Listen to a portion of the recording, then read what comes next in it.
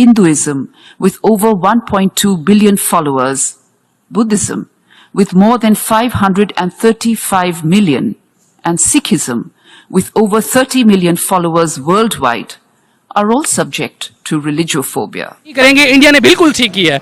अगर उन्होंने ये बात की है कि भाई सिर्फ इस्लामोफोबिया के हवाले से बात नहीं होनी चाहिए बल्कि रिलीजियोफोबिया के लिहाज से बात होनी चाहिए। आप खुद अंदाज़ा लगा लें, मैं यहाँ पर भी बहुत से ऐसे इंतहा पसंद लोग मौजूद हैं। पत्थर बहुत मारे जाते हैं गैर मुस्लिमों को, यहाँ ईंटें बहुत मारी जाती है इनसे पूछ के लिए, उनकी जांच पड़ताल के लिए, यहाँ तक कि कमर के अंदर सिक्के भी जो है ना गोई जाती है का बंद कमरों में ना, तो बहुत ज्यादा Pakistani.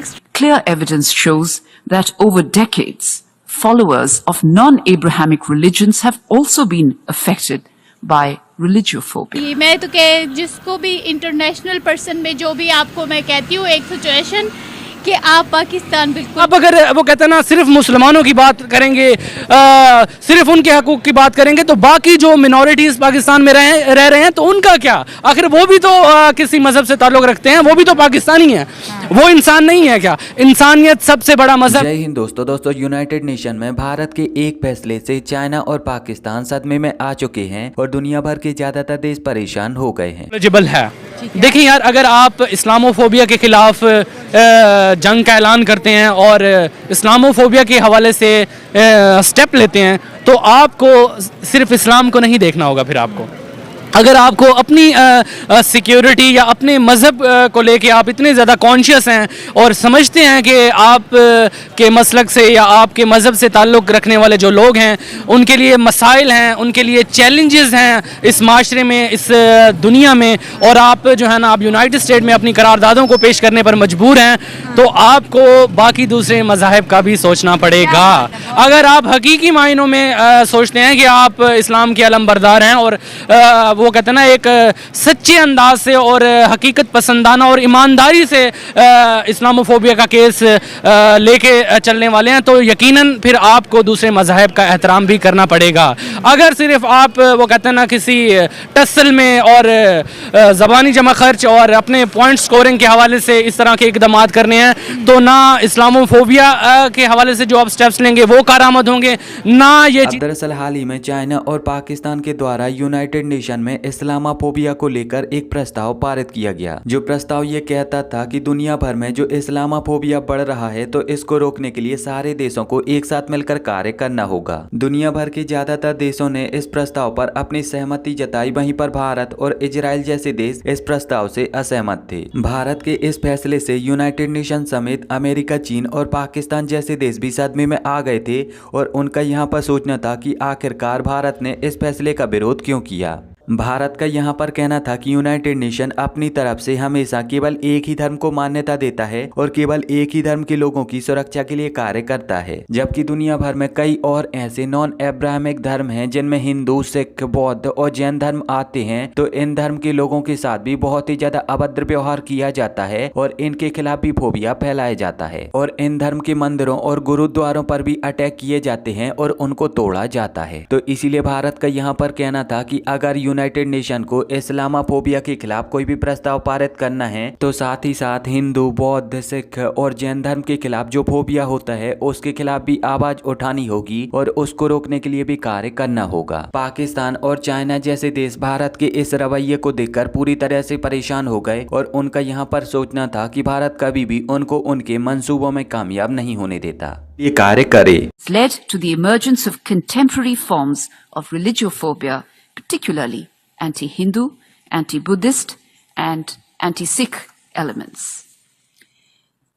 These contemporary forms of religiophobia are evident in the increasing attacks on religious places of worship, such as gurudwaras, monasteries and temples, as well as the spreading of hatred and disinformation against non-Abrahamic religions in many countries.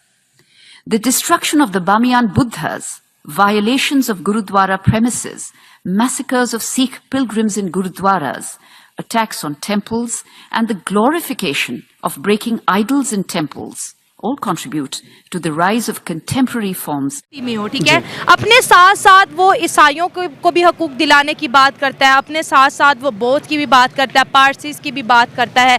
अगर पाकिस्तान में देखा जाए हिंदू लोगों के साथ जो हुआ आज़ादी के बाद से अब तक लेके, ये भी एक बहुत बड़ी डिस्क्रिमिनेशन है और तारीख इसकी गवाह है। जो फिगर्स हमारे सामने आते हैं, पाकिस्तान अपने मुल्क के अंदर जो माइनॉरिटीज़ के साथ जो रिलीजियोफोबिया कर रहा है उसके बारे में बात क्यों नहीं करता?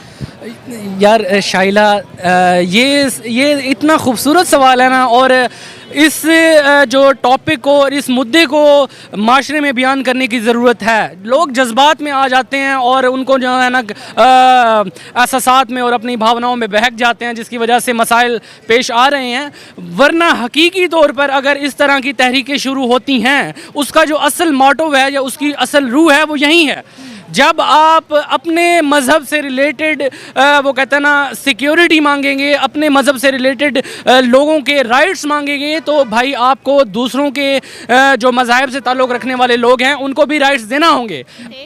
कि जो आपको जहाँ जुल्म सह रहे हैं हिंदुइज़म और क्रिश्चियनिटी जितने भी हैं, वो CAA के ज्वाइन कर सकते हैं फ्री में और इन जुल्म से हट सकते। उनको सिटीजनशिप भारत की मिल जाएगी, भारत की सिटीजन मिल जाएगी। यहाँ वाकई जुल्म हो रहा है?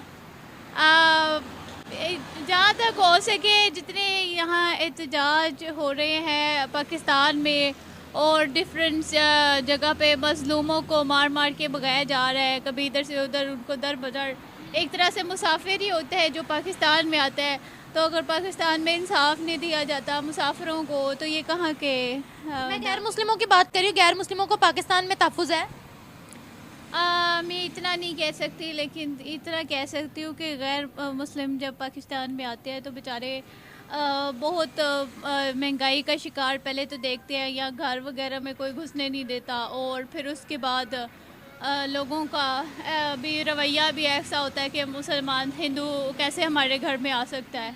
तो फिर वो झोंपड़ियों में अक्सर गुजारा करते हैं, या कोई लोग मांगते तरान के फिर खाते हैं। तो यहाँ बहुत क्राइसिस होते हैं, हर मुल्क पे होते हैं। तो अल्लाह बेहतर करे सबके लिए। हम लोगों ने प्रोटेस्ट किया हुआ है कि इंडिया में CAA पास क्यों हुआ है। इंडिया में अमित शाह ने एक स्टेटमेंट दिया, उन्होंने कहा किसी के बाप में दम नहीं है, CAA को ख़त्म करके दिखाए। बहुत अच्छी बात है, किसी के बाप में दम नहीं होना चाहिए कि वो CAA को ख़त्म कर सके। CAA की सपोर्ट में है? CAA बहुत अच्छी बात है। जो आप देखें ना, एक इंसान अब दूसरी कंट्री में आया, उस बेचारे को कुछ भी नहीं मिल रहा। यहाँ से कंट्री में क्यों देखें, पाकिस्तानी हिंदू हैं भाई, वो उनके पास देखें जो यहाँ पर पैदा हुए हैं हिंदू, पाकिस्तान उनका भी तो है, तो उनको क्यों नौबत ही क्यों पड़ रही है पाकिस्तान छोड़ने की? ये हमें नहीं सोचना चाहिए कि हम उनको फैसिलिटेट करें पूरा? जाहिर है हर कोई मुल्क अपने मफाद के लिए ज़िंदगी गुजारता है और अपनी आज़ादी के ऊपर बहुत खुश होता है, खुरम होता है। लेकिन मुझे पाकिस्तान से बहुत खदशा है कि यहाँ जो है ना